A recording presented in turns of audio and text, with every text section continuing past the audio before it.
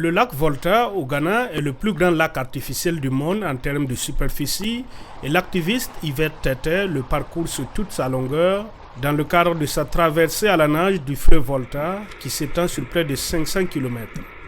En moins d'un mois, Yvette a parcouru 300 km, soit jusqu'à 14 km par jour. Les gens n'entreprennent pas d'action tant qu'ils ne se sentent pas concernés.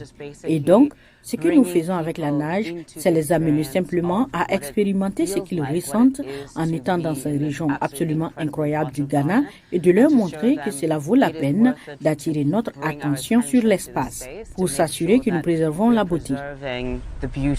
Yvette Tété est accompagnée par des chercheurs de la Fondation OR qui soutient sa baignade et milite contre les déchets textiles.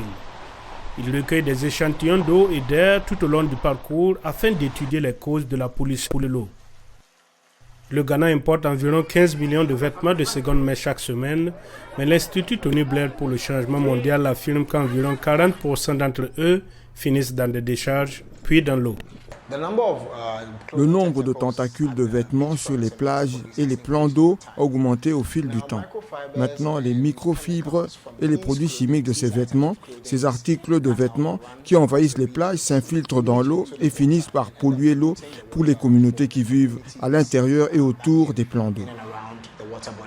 Selon les Nations Unies, 76% des ménages ghanéens risquent de boire de l'eau contaminée. Joseph Siao Ayezu, chercheur en écologie, dirige l'équipe de la Fondation OR.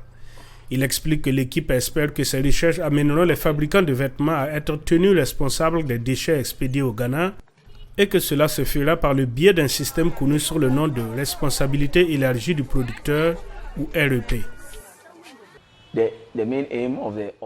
L'objectif principal de la Fondation OR est de pousser la politique de responsabilité élargie du producteur vers le Nord, c'est-à-dire l'Europe et l'Amérique, pour le mal qui nous est fait en fabriquant des vêtements et en les poussant vers le bas de la chaîne pour que nous en subissons les conséquences. Les données que nous obtenons sont donc des preuves.